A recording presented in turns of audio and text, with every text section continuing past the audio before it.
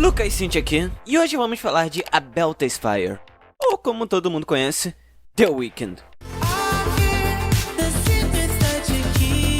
Um canadense que lutou contra as drogas, contra os excessos, que chegou a viver nas ruas, mas à base de talento e esforço, ele se tornaria a pessoa mais ouvida do mundo e uma das maiores estrelas do nosso século. Mas toda história tem o começo.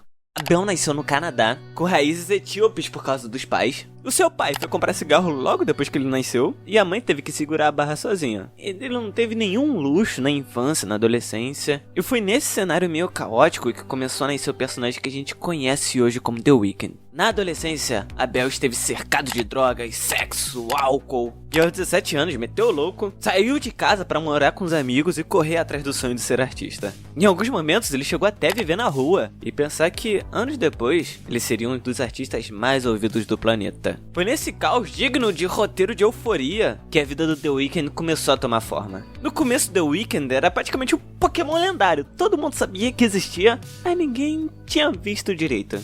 Ele simplesmente começou a jogar as músicas na internet, quase no modo anônimo, e essas músicas começaram a ganhar um hype. E aí até o Drake olhou pra isso e falou, interessante. Aí já era. Cara, nesse movimento já ganhou mais 50% de relevância. Foi nessa fase meio misteriosa que ele lançou a trilogia que, basicamente, reprogramou o DNA do R&B moderno, House of Balloons, Thursday e Echoes of Silence. Depois tudo virou compiladão no Trilogy. E o que era o The Weeknd nessa época? Hedonismo puro e cru. A busca pelo prazer como forma de anestesiar a dor. Muitas e muitas drogas, mulheres, excessos. Mas olhando mais fundo nesse caos, era também possível enxergar a vulnerabilidade do The Weeknd. Em meio a tantos estímulos e substâncias, as drogas funcionavam como fuga entre tanto barulho. E às vezes, nem isso era suficiente para preencher o vazio. Com Trilogy, The Weeknd finalmente se apresentou ao mundo. Finalmente mostrou seu rosto. No começo com aquele cabelo gigante, às vezes com os dreads, cara meio magro, parece que virou umas 3 noites seguidas. E provavelmente ele virou mesmo. Veio o penteado mais icônico dele, parecia até ter vida própria. Ele lançou Kissland, o álbum que começaria a transformá-lo no fenômeno global que ele se tornaria.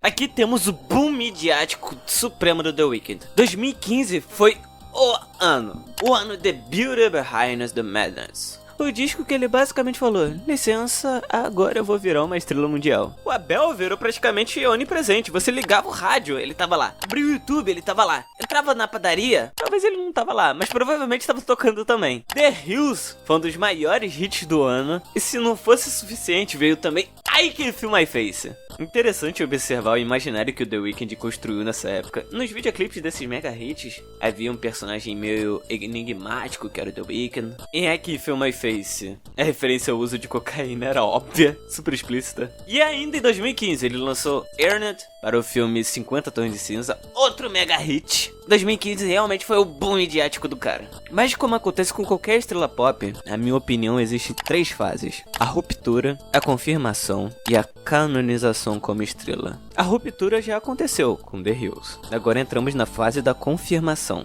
The Weeknd precisava provar que ele não era uma moda passageira, que ele não era um one hit wonder, e que sim estava nascendo uma estrela.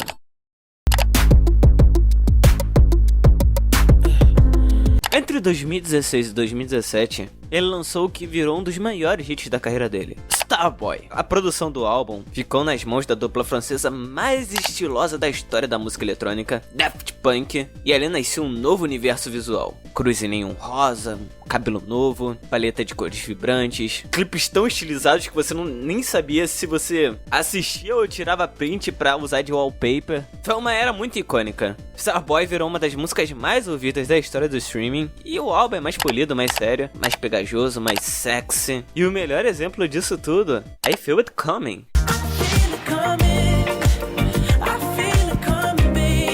Uma música absurdamente viciante, a voz de tenor do The Weeknd misturada com a produção robótica chiquérrima do Daft Punk. É simplesmente um combo criminoso de tão bom. Apesar de Starboy não ser um álbum impecável do início ao fim, o álbum começa muito bom, mas depois da metade dá uma cansadinha, fica um pouquinho longo demais. Tem momentos brilhantes? Tem. Mas também tem umas faixas que você ouve e pensa... Ok, Abel, já entendi que você é tóxico e rico. Mas mesmo assim, foi mais do que suficiente para consolidar o nome de The Weeknd na cultura mundial. Ali ele virou oficialmente o cara, dono das músicas de sacanagem. E aí em 2018, depois de um término turbulento e super exposto com a Selena Gomez, ele lançou My Dear Melancholy.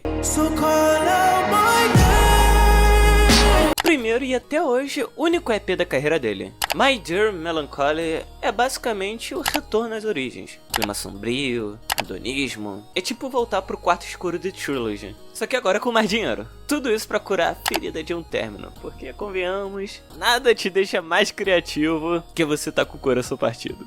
Call Out My Name é o melhor exemplo disso. A produção tem o dedo mágico do sombrio e elegante de Galveston, um dos colaboradores mais frequentes do Abel. E sinceramente, toda vez que esses nomes se juntam, parece que sai hino. Depois de My Dear Melancholy, veio a fase que transformaria The Weeknd em lenda do pop contemporâneo. A terceira fase, a canonização. Músicas que ficariam no imaginário coletivo. Uma estética que simplesmente engoliu o ano inteiro. Figurino icônico, narrativa cinematográfica, hit atrás de hit, foi a era mais bem sucedida da carreira dele. E o nome do projeto? After Hours.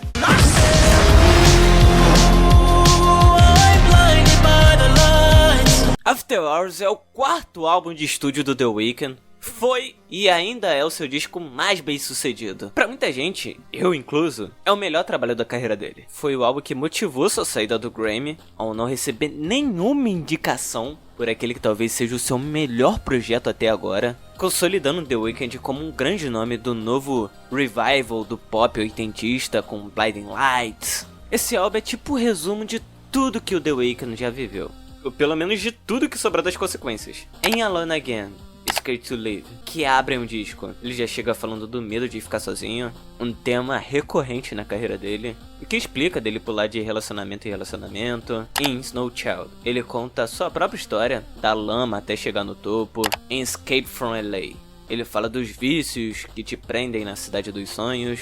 Já em Save Your Tears, tem aquela vibe sentimental, synth pop, com guitarras lindas e synths que grudam. Tem os delírios de ego em Heartless, ostentando a vida louca em cassinos, mulheres, drogas. Só que se você olhar de verdade, percebe que isso tudo é fachada. E o que importa mesmo tá no resto. A realidade toda parece em Fate. Essa música ele fala que ele teme perder suas raízes, sua fé. Possivelmente é o melhor álbum dele. Se quiser eu até faço um faixa a faixa desse álbum que...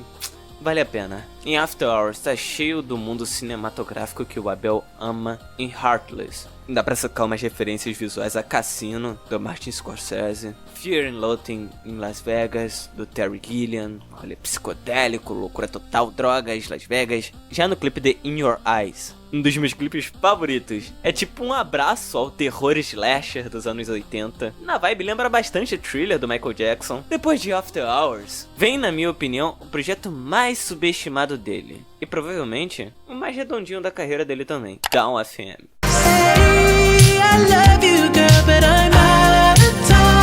Um disco que leva o synth pop ao máximo, com participação em homenagem ao falecido Quincy Jones. Sim, o cara que basicamente ajudou o Michael Jackson a virar o rei do pop. E como se isso já não fosse épico o suficiente, o host, entre aspas, do álbum é ninguém menos do que Jim Carrey. A produção é sensacional, com Mike Dian dominando os sintetizadores, jogando em samples de synth pop japonês dos anos 80, que fazem a gente querer dançar e chorar ao mesmo tempo. A estética é distópica e futurista. Na capa a gente tem um The Weeknd já envelhecido, como se ele já tivesse literalmente no fim do túnel. Esse álbum não bombou tanto quanto o anterior nos números, mas é impossível falar que esse disco é ruim. A gente tem aqui Gasoline, Out of Time. Vemos um The Weeknd mais vulnerável até então, enfrentando seus próprios demônios.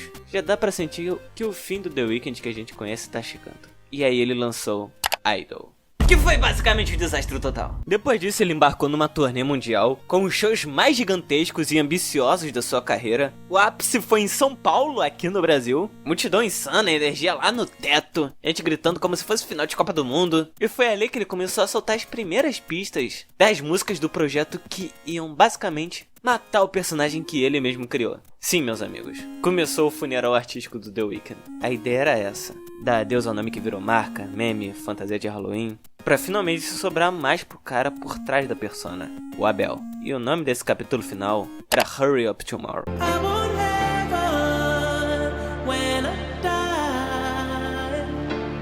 Abel lançou Hurry Up Tomorrow, um disco que parece um compilado de todas as eras do The Weeknd, do R&B mais melancólico, em Niagara Falls, tem faixas mais intensas como Timeless, tem influências de hip hop oitentista com Open Hearts, além da tão esperada e excelente continuação de Escape from LA, Take Me Back to LA. E claro, tudo isso com produção do chefão Mike Dean, o cara que faz o sintetizador só como se tivesse vindo direto de outra dimensão, fica só na nostalgia. Ele começa a plantar a semente do Abel pós The Weeknd, em Can't Wait to Get There. Rola uma mistura de neo soul, gospel, R&B sentimental. Soa realmente como se ele estivesse abrindo uma nova porta, talvez um lance mais artístico até agora. O álbum ainda tem aquele clima de reunião de turma, ele cola com gente que tava com ele lá no começo, como Florence and the Machine. Tem reflexões sobre crescer nesse ambiente tóxico da indústria, porque no showbiz é assim, num dia te chamam de gênio, do outro tão cuspindo em você.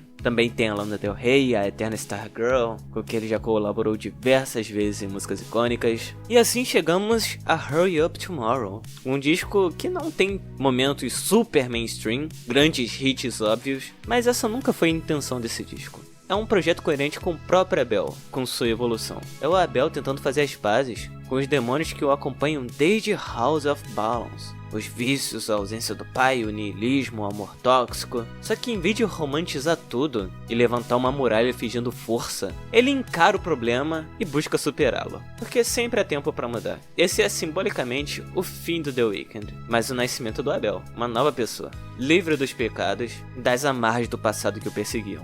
Porque às vezes, para seguir em frente, você precisa deixar tudo para trás para se tornar algo novo. The Weeknd, ou melhor, Abel Stefaya, é simplesmente um dos nomes mais gigantes da música recente. E tipo assim, não é exagero que o cara virou referência. Influenciado por lendas como Michael Jackson, Prince, David Bowie, Kanye West, ele misturou R&B, pop, synth, ego inflado, vulnerabilidade, e ainda jogou tudo no universo cinematográfico. Ele passou mais de uma década no topo desde que entrou no mainstream, desde a fase mais sombria, hedonista e misteriosa.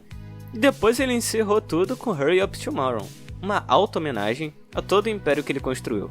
Um fim talvez definitivo, talvez não, quem sabe ele mude de ideia no futuro, mas tudo que tinha pra dizer como The Weeknd parece que já foi dito. Agora é a vez de Abel dar um passo pra frente e criar um novo mundo pra si. Tchau The Weeknd por enquanto, e obrigado Abel por tantos anos de música. E é isso pessoal, obrigado por assistir ao vídeo. Se você aprecia o trabalho que eu trago aqui, muito obrigado de verdade, se inscreve no canal, curte o vídeo, dê o hype, comente. E é isso, até o próximo vídeo galera, e tchau!